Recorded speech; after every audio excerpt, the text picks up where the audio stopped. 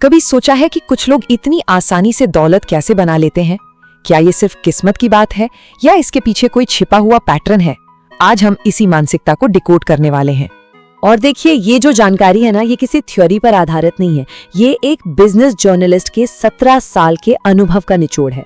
सोनिया शिनॉय ने सफल लोगों को बहुत करीब से देखा और एक ऐसे पैटर्न को पहचाना जो लगभग सब में कॉमन था। और ये एक बहुत पावरफुल इंसाइट है। तो आज की बातचीत में हम क्या क्या देखने वाले हैं? सबसे पहले वेल्थ क्रिएटर का पैटर्न क्या है, फिर पैसे और असफलता को वो कैसे फिर से परिभाषित करते हैं, वो स्कोर कार्ड जो असल में मायने रखता है, उपभोग कम और निर्माण ज्यादा का फंडा, और आखिर में फर्स्ट प्रिंसिपल से सोचना। ये सब मिलकर पैसे को देखने का पूरा नजरिया बदल सकता है। तो चलिए पहले हिस्से से शुरू करते हैं। देखिए, यहाँ सबसे जरूरी बात ये समझनी है कि दौलत बनाना कोई लॉटरी नहीं है। ये कुछ खास मानसिक आदतों का नतीजा है और अच्छी बात यह है कि इन आदतों को सीखा जा सकता है। और सच कहूं तो यही तो सीक्रेट है। ये कोई रातों रात अमीर बनने वाली स्कीम नहीं है, बल्कि अपनी सोच में छोटे छोटे मगर लगातार बदलाव लाने की एक कला है। तो चलिए देखते हैं वो कौन सी आदतें हैं जो इस पावरफुल पैटर्न को बनाती हैं। अच्छा, बातें हैं उन दो मूलभूत आदतों पर जो पैसे और असफलता को लेकर हमारी आम सोच को पूरी तरह चुनौती देती हैं।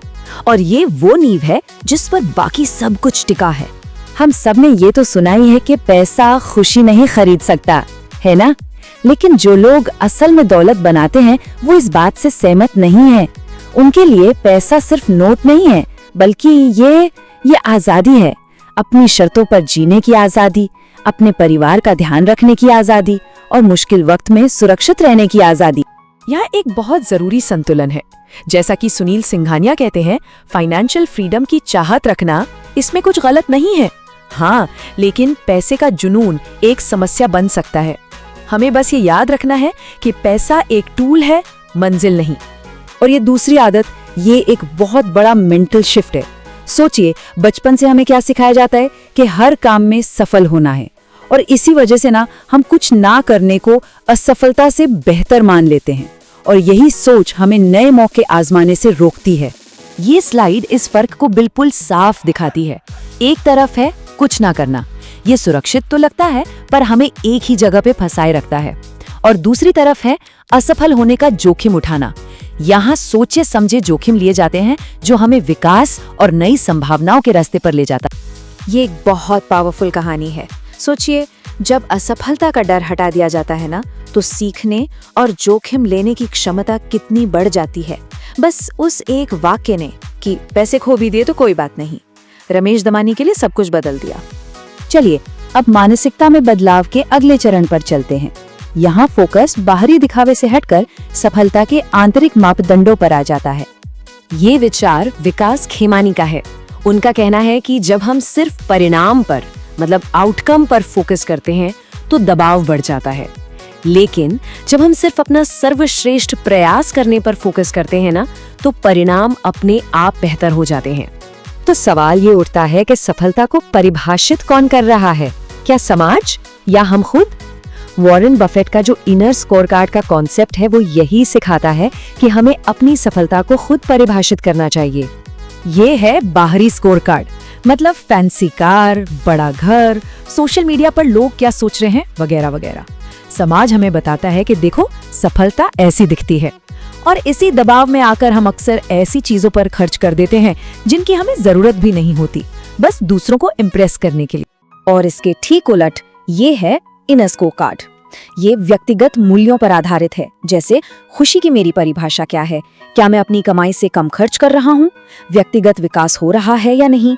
फाइनेंशियल फ्रीडम मिल रही है या नहीं? जब कोई इस स्कोर कार्ड को फॉलो करता है तो उसके फाइनेंशियल निर्णय ज्यादा मीनिंगफुल और संतोषजनक होते हैं। ओके, तो अब आते हैं उन आदतों पर जो एक्शन पर आधारित हैं। ये आदतें दिखाती हैं कि दौलतमंद लोग अपना समय और अपनी सोच कैसे लगाते हैं, और यही चीज उन्हें बाकियों से अलग करती है। ये आदत निवेशक मधुसूदन केला से सीखी गई है, और ये निवेश को देखने का नजरिया ही बदल देती है। इसे कहते हैं एसिमेट्रिक थिंकिंग, एक ऐसी सिचुएशन जहां संभावित लाभ संभावित नुकसान से कहीं ज्यादा हो। ज्यादातर लोग कोई भी निवेश करने से पहले क्या सोचते हैं, यही ना, कि क्या होगा अगर निवेश 30% गिर गया। वे सबसे पहले जोखिम के बारे में सोचते हैं, जो स्वाभाविक भी है। लेकिन एक धन सृजनकर्ता का दिमाग वो तुरंत इस सवाल पर जाता है, लेकिन क्या होगा अगर ये 700% बढ़ गया? वो सिर्फ नुकसान नहीं देखते, बल्कि असाधारण मुनाफे की संभावना पर भी फोकस करते हैं। और ये नंबर ये दिखाता है बड़ी सोच की ताकत। ये मानसिकता बड़े लक्ष्य निर्धारित करने के लिए प्रोत्साहित करती है और उन अवसरों को पकड़ने के लिए जिन्हें दूसरे लोग शायद नजरअंदाज कर दें। हमारी अगली आदत इस बात से जुड़ी है कि हम अपना समय कैसे बिताते हैं। यहाँ 2 साफ चॉइस हैं। एक तरफ है उपभोग करना, जैसे टीवी देखना या अंतहीन स्क्रॉलिंग करना, और दूसरी तरफ है निर्माण करना, जैसे कोई किताब पढ़ना, कोई प्रोजेक्ट बनाना या कोई नई स्किल सीखना। दौलतमंद लोग अपना ज्यादातर समय दूसरी श्रेणी में बिताते हैं। और अब आते हैं हमारी आखिरी लेकिन शायद सबसे शक्तिशाली मानसिक आदत पर। ये एक ऐसा मेंटल मॉडल है जिसे नंदन नीलेकर्णी और एलन मस्क जैसे लोग इस्तेमाल करते हैं। फर्स्ट प्रिंसिपल्स थिंकिंग ये एक प्रक्रिया है।